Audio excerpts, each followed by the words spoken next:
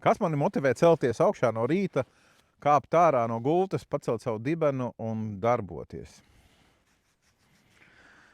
Nu, pirmkārtām, es visu laiku esmu darbojies. Nu, jā, es lepojos ar to, ka es esmu piebaldzēns. Kāds šeit ar to sakars? Nu, spītīgs āzis. Un, tas vien ir daudz ko man devis, tas mans spīts. Jo pa dzīvi ir gājis kūleņiem. Ir bijis dažādi. Paldies Dievam, es esmu redzējis pasauli ļoti, ļoti daudz. Darba apstākļos vai visādos sagadījuma braucienos, bet ir būts daudz kur.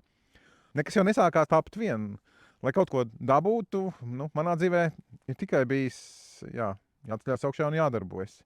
Jādarbojas. Kļūdos bieži, diezgan bieži, laboju kļūdas.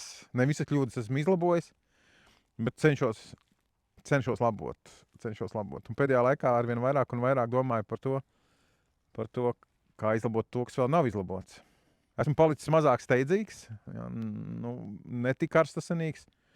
Tas process liek man celties, liek man kāpt mašīnā, braukt pie klientiem, braukt pie sadarbības partneriem. Jā, citi brīnās. Es mierīgi varu, man patīk vakarā, teiksim, 3 pēcpusdienā, 3, 4, 5. Ja es braucu uz Holandi pie audzētājiem mācīties, tad 3, 4 es iekāpju busā un nākošajā rītā es esmu brokstoju parasti Varšavā, un tad Berlīne, un tad jau Amsterdama. Kustība, pierādīt sev, kad es varu, kad es gribu, un es daru to par prieku sev. Par prieku tev, ne par prieku sev. Tāds virziens uz rezultātu, zemenes, ogas, skaisti stādi. Lietas, kuras tu vari sačamdīt, kurām tu vari pieskārties, un rezultāts, kuru tu jūti.